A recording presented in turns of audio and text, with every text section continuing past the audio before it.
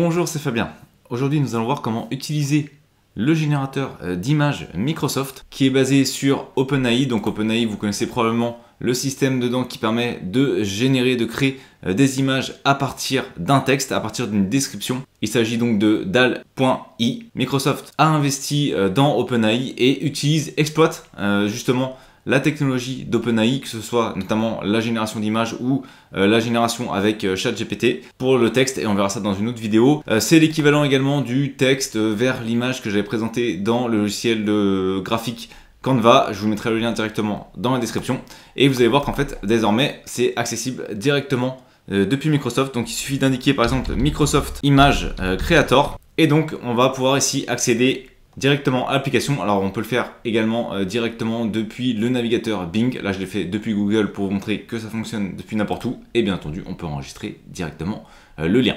Donc comment ça fonctionne? Comme on peut le voir, on a bien ici le créateur d'images et on a bien comme prévu l'application provenant d'OpenAI que je viens de vous présenter, et on peut voir que donc c'est basé dessus puisque Microsoft est en train d'intégrer quasiment la totalité des outils d'OpenAI dans ces différentes applications, et c'est d'ailleurs pour ça que Google est particulièrement inquiet. Donc comment ça fonctionne? C'est très simple. On va lui indiquer par exemple créer un logo avec un cercle et dans son centre ajouter la lettre par exemple N pour Numélion, et j'ai juste à faire rejoindre et créer. Et donc forcément en fait il faut juste avoir un compte. Si vous avez un compte Microsoft, et bien vous vous connectez et donc vous allez pouvoir directement lancer le prompt, et on peut voir ici que c'est en cours de création. Donc ici il me propose plusieurs versions, et si une version me plaît, et bien il me suffit de cliquer dessus. Je vais accéder directement à l'image et ensuite je peux l'enregistrer, la télécharger, ajouter des commentaires ou bien la partager. Donc si je veux par exemple la télécharger,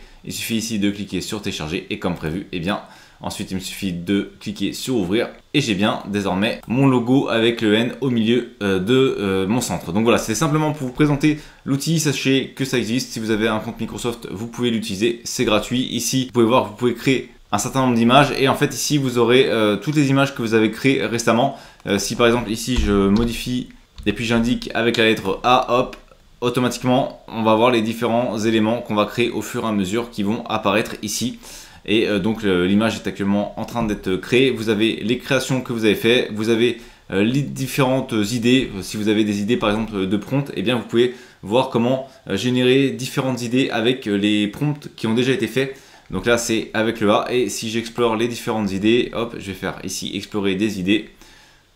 On peut voir ce qui a déjà été créé, et surtout ce qui est intéressant c'est comment ça a été créé, quelle description a permis de créer l'image.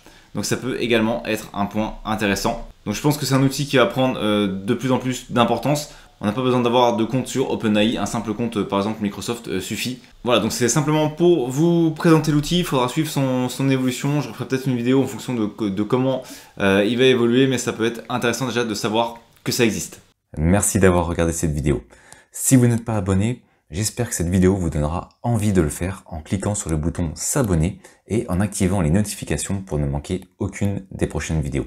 De plus, vous trouverez dans la description un sondage pour déterminer les prochains sujets. À très vite pour une nouvelle vidéo.